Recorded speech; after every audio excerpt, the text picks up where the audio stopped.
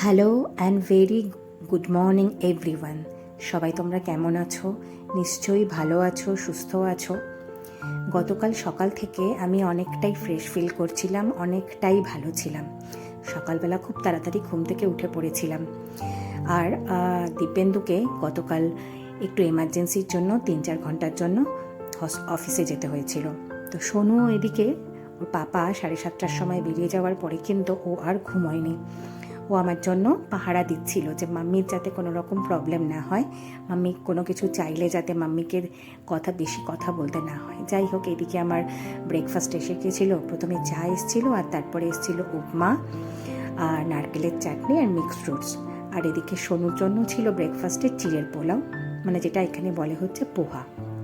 যাই হোক, তোমাদের যেটা মেন যে কথাটা আজকে আমার বলার কথা, আমার যিনি গাইনোকোলজিস্ট, তিনি নাগপুরের একজন কিংসওয়ে হসপিটালের একজন বেস্ট গাইনোকোলজিস্ট, যে হসপিটালে আমার সার্জারিটা হলো ইউট্রাসের।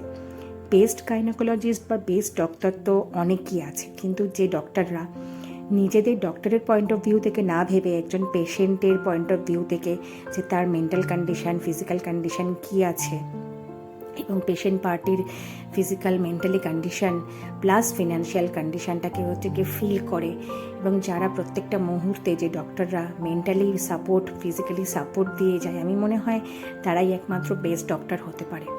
টাকা নেওয়ার জন্য তো হসপিটাল ডক্টররা তো অনেকেই এরকম বসে রয়েছে, তাই না? তোমরা হয়তো অনেকেই আমার সাথে একমত হবে।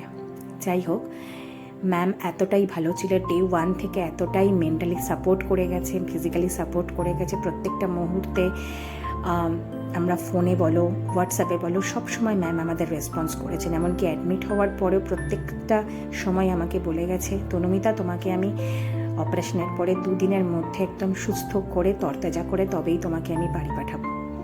তাই কিন্তু হয়েছে। আমি কিন্তু আজকে প্রায় 85 থেকে 90% মতন সুস্থ। যাই হোক, তারপরে তো আমার যেহেতু অপারেশনের সময় একটু ব্লাড লস হয়েছিল, তো ম্যাম আমাকে আজকে আয়রনিক যে স্যালাইন সেটা চালু করেছিল। তো ওটা কমপ্লিট হয়ে যাওয়ার পরে আমার লাঞ্চ এসেছিল।